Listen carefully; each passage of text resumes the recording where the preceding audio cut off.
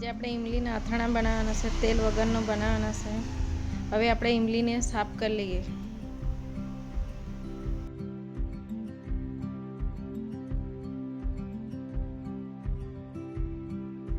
આપણી ઈમલી સાફ થઈ ગઈ. આટલું કચરા નીકળ્યું. આટલી ઈમલી છે. 1 કિલો ઈમલી હતી.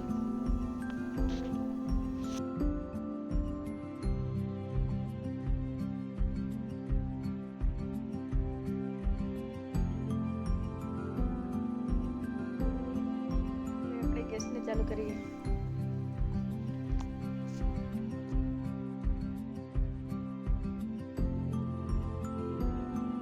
હવે અડધી ચમચી મેથી નાખીએ એમાં.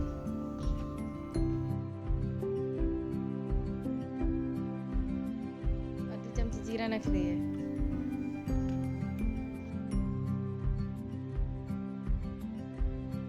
હવે 10-12 મરચાં નાખી દઈએ અને બરાબર શેકી લઈએ એને.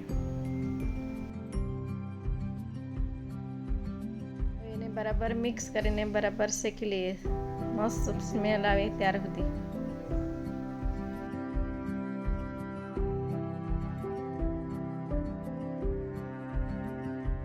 ગેસને બંધ કરી દઈએ અને ઠંડુ પાડીને આપણે મિક્સરમાં ક્રશ કરી લઈએ.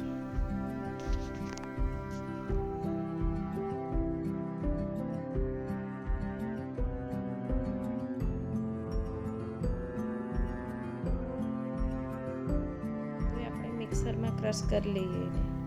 મિક્સરમાં ક્રશ કરીને પછી બતાવો.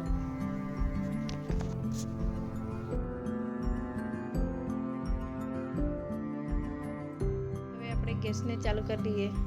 કઢાઈ મૂકી દઈએ. હવે અડધો કપ પાણી નાખી દઈએ એમાં. પાણી ગરમ થઈ ગયું. હવે એમાં 1 વાટકી સુગર ફ્રી ગોળ નાખવાનો.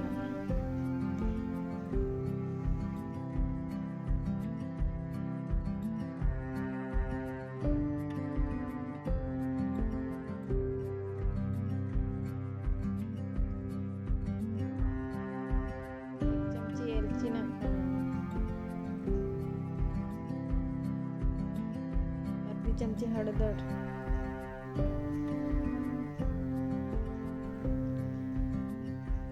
1 ચમચી મીઠું નાખવાનું. 1 ચમચી સિંદા મીઠું.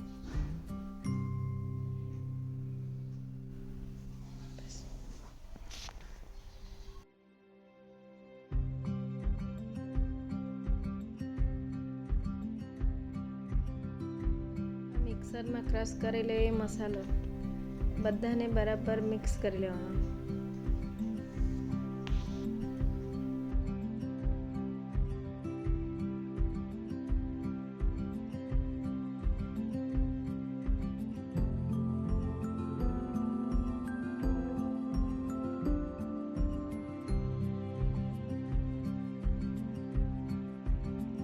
આ આંબલી મેં સાફ કરેલી તે છે. હવે એમાં આપણે નાખી દઈએ.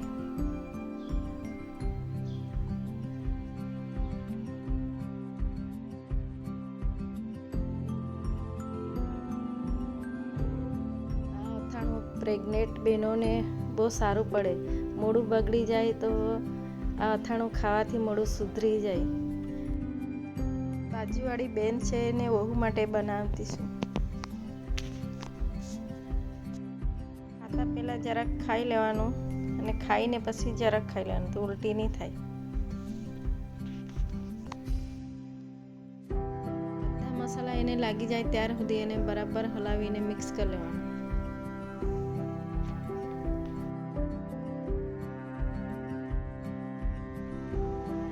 હવે આપણે ડીશમાં કાઢી લઈએ. ઠંડુ થઈ ગયું છે.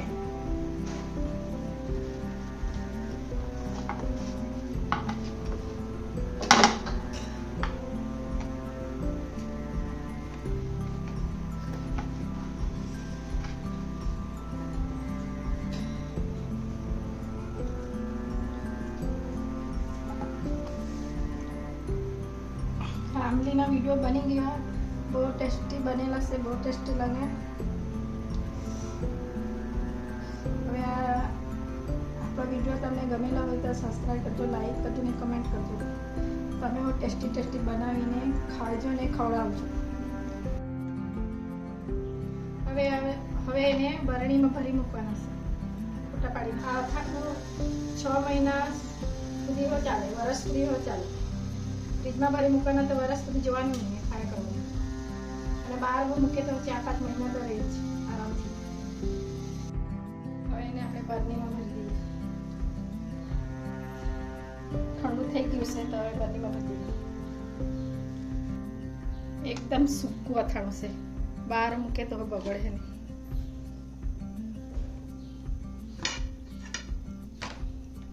તેલ વગરનું, એમાં થોડું તેલ નહીં નાખ્યું.